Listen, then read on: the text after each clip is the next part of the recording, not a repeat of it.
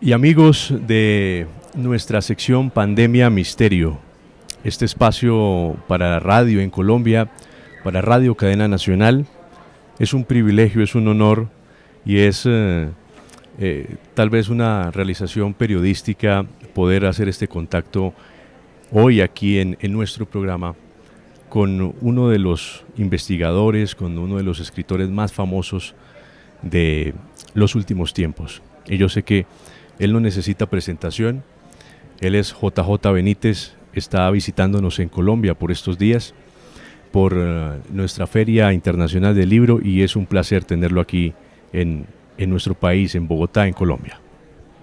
Pues muy bien, es siempre muy agradable, ¿no?, volver a Colombia, aunque está muy lejos, pero es muy agradable. Hacía creo que 2-3 años que no venía por acá con el tema de la pandemia, ¿no? Pero siempre es muy gratificante. Juanjo, yo era un niño, un adolescente, tenía algo 12 años, cuando en un mercado de pulgas, a un mercado de pulgas le decimos a un mercado de antigüedades aquí en Colombia, me encontré este libro y me cambió la vida. A partir de ahí me leí toda la saga, quise contactar con usted y encontré una mediadora maravillosa que fue Blanca. Blanca me ayudó, hablamos en un par de correos y pudimos conversar hace unos años telefónicamente. Usted me atendió desde Barbate en su biblioteca rodeado de libros. Y ese día hablamos de muchas cosas interesantes, hablamos de cosas muy discientes y hablamos de su trabajo. Ya son 50 años o algo más. 50 años de investigación. Yo empecé en el 72 la investigación del fenómeno OVNI. Se han cumplido 50 años y parece mentira, ¿no? Mucha agua que ha corrido bajo ese puente. Imagínate, miles de investigaciones por todo el mundo, con Blanca sobre todo, 60 y tantos libros, creo que es en Blanca y Negro, que sale en junio, creo que es el 64 o 65, no me acuerdo. Y bueno, pues alguna certeza y muchas dudas, ¿no? ¿Recuerda usted cuando sus comienzos, cuando no era JJ Benítez, sino era Juan de Barbate? Bueno, yo recuerdo, yo entonces trabajaba en un periódico que se llamaba La Gaceta del Norte, en el País Vasco, en el norte de España. Entonces se me ocurrían muchísimas cosas, artículos, entrevistas, y para no aparecer en el periódico 5 veces JJ Benítez, pues tenía que buscar algún seudónimo, ¿no? Y uno de ellos era Juan de Barbate. Siempre ha sido un enamorado de la mar. Sí, siempre. Desde muy niño, yo tenía 3 años cuando mi padre me llevó a una de las playas de Barbate, a la Hierbabuena, y muy serio me dijo: esta es la mar. Y yo me enamoré.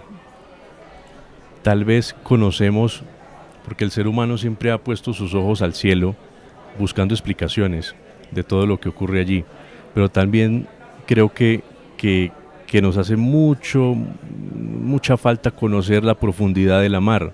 Hay muchos misterios allí que el ser humano todavía no tiene respuesta.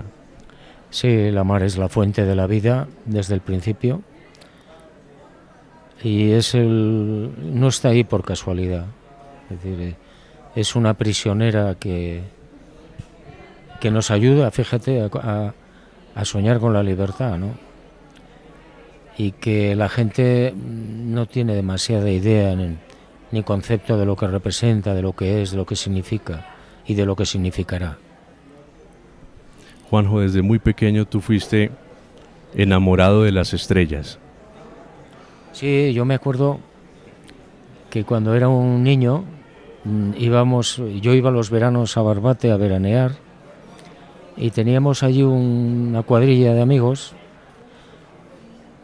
8 años, 9 o 7, no me acuerdo.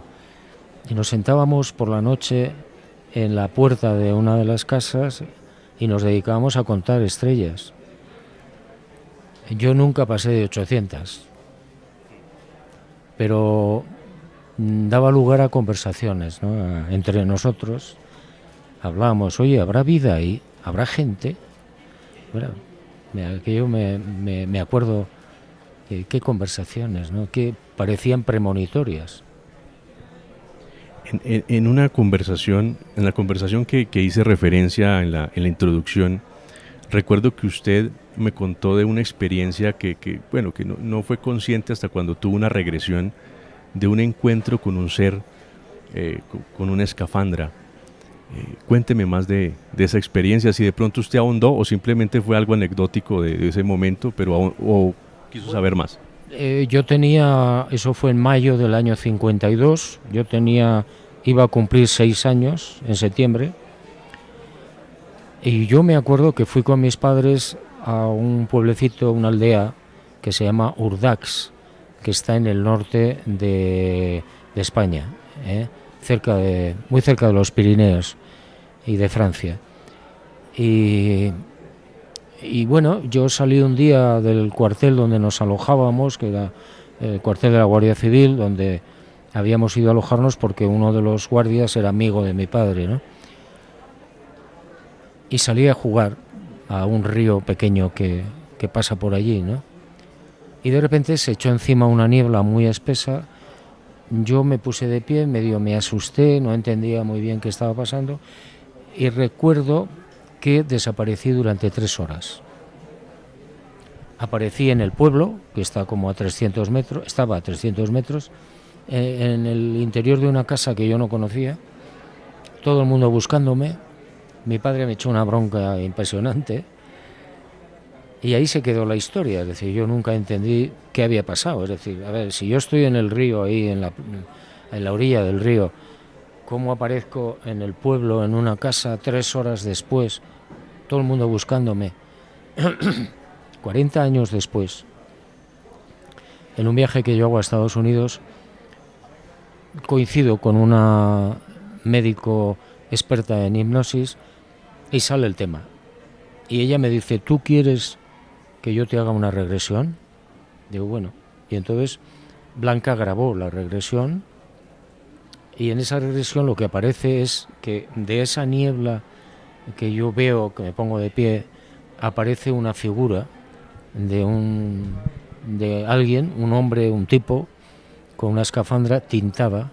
Yo nunca vi el interior de la escafandra. Me agarra por la muñeca izquierda y me lleva a un sitio que no identifico. Bajo unos escalones de piedra y allí había como, quizás lo más aproximado era una gruta, una cueva, pero no lo sé. Había como una bañera de piedra, como un sarcófago de piedra, con luces en el fondo. Me coloca en el sarcófago, yo me acuerdo que jugaba con las luces, las pisaba, y en un momento determinado, que no sé especificar, me agarra, me saca de la bañera y me abraza. Y me deja otra vez en el río.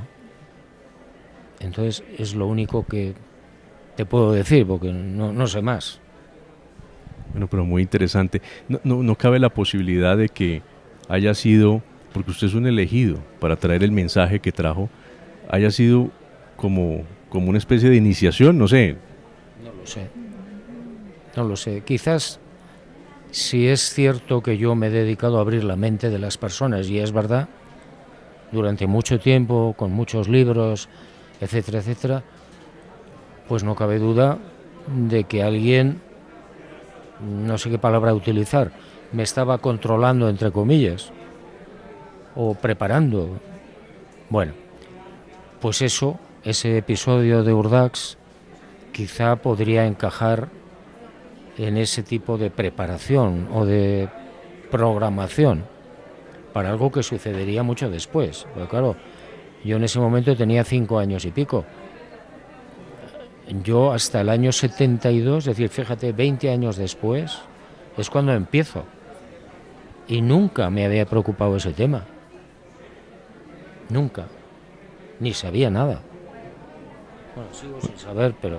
Bueno, hemos aprendido que no existe la casualidad, sino la causalidad. Y son un encadenamiento de hechos que desencadenan en algo y uno después, con el paso del tiempo, uno entiende el porqué de las cosas. Sí, claro. Es decir, la mayor parte de la gente, el 90% o el 99%, no se para a pensar, ¿no? ¿Por qué pasa esto y aquello? Y no les preocupa, están ocupados en otras guerras, en otras películas, pero si analizas con un poco de minuciosidad cualquier vida, da igual, cualquiera, te darás cuenta de la cantidad de sucesos que le suceden a esa persona y que no puede ser fruto del azar, sino que es algo perfectamente establecido, dibujado para que suceda. Eso es lo que a mí me lleva, después de mucho tiempo, a pensar que todo está dentro de un orden, pero que no lo comprendemos o no nos interesa. Claro. ¿Usted está convencido de que existe vida física después de la muerte? Al 150%. Estoy convencido, primero, por las investigaciones que yo he llevado a cabo y que sigo haciendo desde hace muchos años. He reunido más de 1000 casos, no los he contado, pero son más de 1000, de personas que han visto, que han hablado, que han tocado a personas muertas, que no se conocen entre sí, que no saben unos de otros, que viven en puntos muy alejados. Es decir, no tiene nada que ver lo que te cuenta una persona en Colombia, en Bogotá, con un tipo que te cuenta lo mismo en yo qué sé, en el Tíbet o en Europa. Entonces, por un lado, esa información que a mí ya me hace pensar que efectivamente hay vida después de la muerte. Y luego las experiencias mías personales, pues con personas que yo he conocido, con las que he hecho el pacto famoso, que al final te conducen a lo mismo, ¿no? Es decir, hay una vida después de la muerte que no podemos entender, por supuesto, pero que es real. ¿Con Blanca hiciste pacto? No llegué a hacerlo porque por las circunstancias no me atreví. Yo recuerdo además que al final, ya de cuando estaba agonizando, yo quise hablarle de la muerte y me dijo que no quería saber nada, no se quería morir, y yo eché marcha atrás y nunca más le volví a hablar de la muerte, aunque ella me había acompañado en muchas investigaciones y sabía lo que había. Y cuando yo quise plantearle, me dijo que no. Y no hice el pacto, pero sí me ha dado señales de que está viva. Qué bueno. Bueno, maestro, ya para terminar esta grata conversación, cuando hablamos en esa oportunidad, usted es seguidor del Gabo. Y este es un detalle para usted. Muchas gracias. Usted es seguidor del Gabo y usted en ese momento usted me habló de la necesidad de conocer más de la vida de Gabo, porque algo en algún momento le tuvo que haber pasado. Sí, yo bueno, te lo conté. ¿Te lo conté? No, me lo dijo. Yo estoy en la tarea. Bueno, verás, mira, hubo un investigador que se llamaba Fabio Zerpa en Argentina, muy buen investigador, ya murió, y este hombre, en un momento determinado, estábamos en Capilla del Monte, en Argentina, y en una cena, pues como siempre, hablando del tema, y me dijo, te voy a contar algo que me pasó con el Gabo. Me dijo el Gabo, hasta que yo no muera, no lo cuentes. Y Fabio lo cumplió. Año 1946, pero no estoy seguro. El Gabo está paseando por la playa, por una de las playas de Cartagena de Indias. por la noche, solo. Y le contó a Fabio, de repente veo una luz en el cielo y veo que esa luz baja y me larga un cono de luz. Me asusté tanto que me caí en la playa. Cuando recobré el conocimiento, la luz ya no estaba. Había desaparecido. Y entonces Fabio Cerpa y yo llegamos a una conclusión. No sabemos cuánto tiempo estuvo desvanecido el Gabo. Pero es curioso que a partir de esas fechas él empieza con sus grandes libros.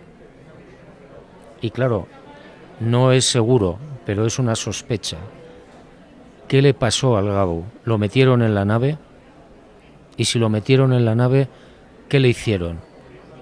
¿Lo programaron? ¿Qué pasó? Esa es una historia que él me contó hace ya tiempo, ¿eh? Y Fabio murió en el 19, si no recuerdo mal, o en el 18, no me acuerdo ahora.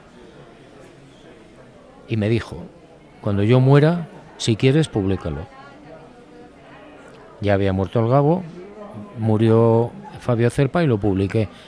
Pero no ha salido a la luz todavía, si no recuerdo mal, porque en Mis primos creo que no está. Creo que es algún libro que se va a publicar, que está escrito.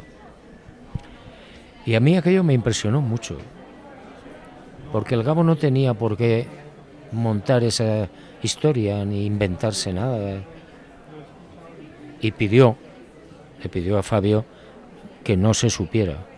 Y hay episodios sumamente extraños en el que Gabo era sonámbulo y despertaba, se acostaba en un lugar, despertaba en otro y sufría de pesadillas, y en las pesadillas a veces le dictaban los personajes. Eso está, los amigos aquí en Colombia saben de eso. Y yo no, estoy en publicarlo. Deberías escribir eso. Sobre todo sabiendo lo del 46, que no estoy seguro, y Fabio tampoco recordaba bien porque no tomó ni notas. Fabio me dijo, coincidimos no me acuerdo si fue en Cali o en Medellín, no me acuerdo en qué sitio, coincidió con el Gabo. Fabio Cerpa tenía una representación teatral donde hablaba del tema OVNI, proyectaba diapositivas, y asistió el Gabo. Y se fueron a cenar. Y ahí es donde el Gabo, a título personal, le cuenta a Fabio Cerpa lo de la playa. Qué interesante. Algo le pasó ahí. Bueno, si usted me lo autoriza, maestro, parte de mi investigación yo se la quisiera compartir en el momento que ya la tenga. Por supuesto, me encantaría. Con Iván he tenido cierta comunicación, con tu hijo. Sí.